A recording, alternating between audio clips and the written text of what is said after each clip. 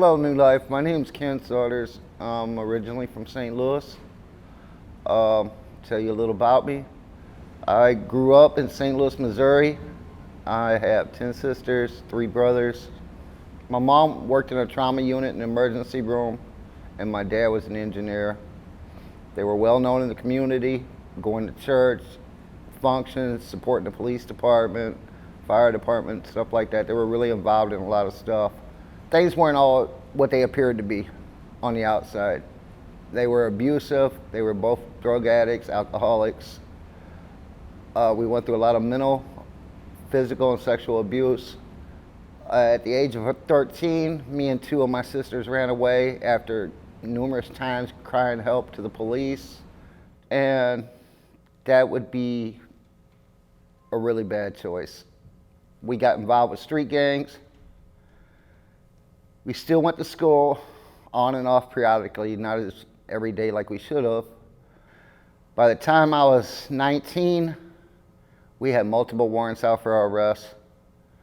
I had met a girl in school. We clicked. She had went through a lot of stuff at her childhood, and we just clicked. She was really sweet, but she went through a lot of things like we did. And we didn't know what else to do. It was about survival, and the only ones that we depended on was the gangs we were in. A few months later, we got arrested. The feds locked us up, 6 of us, for multiple felonies. We were sentenced to 30 years in the penitentiary. Got back out. We didn't have nowhere to go. We were just on the streets. Department of Corrections just puts you out there until you survive. It was winter. I'm like, man, well, right back to where we started when we were young. What are we gonna do? We're gonna die out here.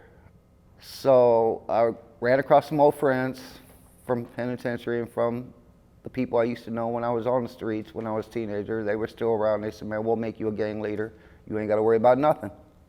You'll have everything you need. I was desperate and said, okay. So for the first few months, I thought I was living a dream. I had all the power. I was over multiple people. I had money galore. I was cars.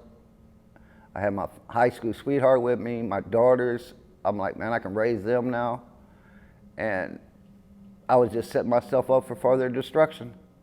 It was like November of 21. I gave my sister some heroin, and she OD'd and died in my arms. 2 weeks later, my high school sweetheart, we were getting ready to get married. She wanted some meth. We had been doing it since we've been out. I mean, it never bothered her before. I gave it to her and I left. I told her, look, I gotta go pick up something.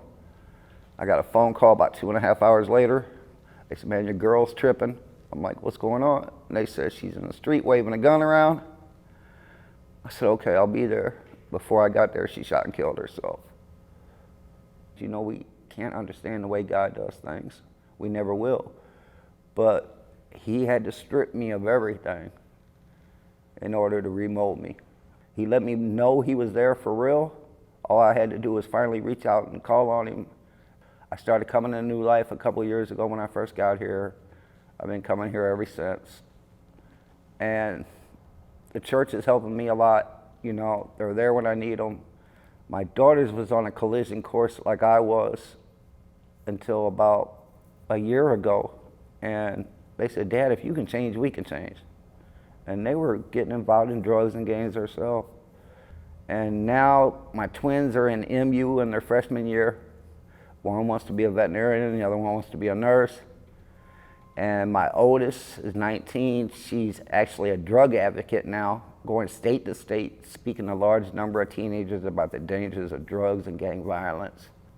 I couldn't have done none of this without God's help, without the support I got from the staff I work with now to this church. And God gave me what I asked for. He remolded my whole life. And for that, I'm thankful, and I'm thankful to everybody.